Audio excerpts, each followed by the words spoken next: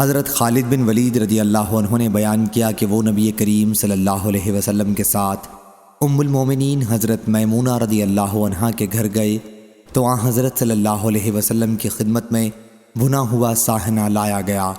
آپ نے اس کی طرف ہاتھ بڑھایا لیکن بعض عورتوں نے کہا کہ آپ جو کھانا دیکھ رہے ہیں اس کے متعلق آپ کو بتا دو۔ عورتوں نے کہا کہ یہ ساہنہ ہے یا رسول اللہ صلی اللہ علیہ وسلم۔ چنانچہ حضرت صلی اللہ علیہ وسلم نے اپنا ہاتھ کھینچ لیا۔ میں نے عرض کیا یا رسول اللہ صلی اللہ علیہ وسلم کیا یہ حرام ہے؟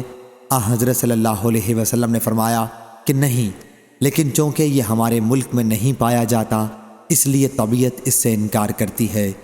حضرت خالد رضی اللہ عنہ نے بیان کیا کہ پھر میں نے اسے اپنی طرف کھینچ لیا۔